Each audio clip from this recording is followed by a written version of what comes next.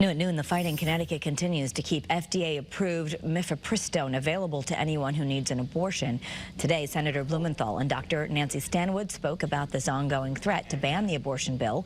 Senator Blumenthal says the potential ban is an attack on women. Dr. Stanwood says mixing politics with medicine has the potential to upend our country's drug approval process. Respite is only temporary. We are not out of the woods by any means.